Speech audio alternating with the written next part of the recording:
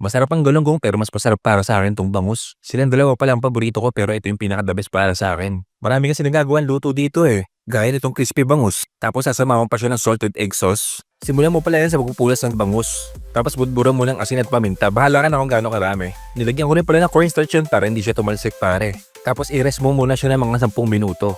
Sa medium heat, prituin mo pala yan hanggang sa maluto. Ikaw rin pala bahala kung tutustahin mo. Gumamit pala ako ng salted egg yolk, 5 piraso pala yan. Tapos 1 piraso pala sa kulay puti. So nga pala, pakicomment naman kung taga saan ka para mabati naman kita. Durugin mo lang tapos itabi mo muna. Sa pan, magtunolon tayo dyan ng 2 tablespoon ng butter. Tapos isunod yung mga itlog na dinurog. Halu-haluin mo lang hanggang sa bumula siya na parang ganito.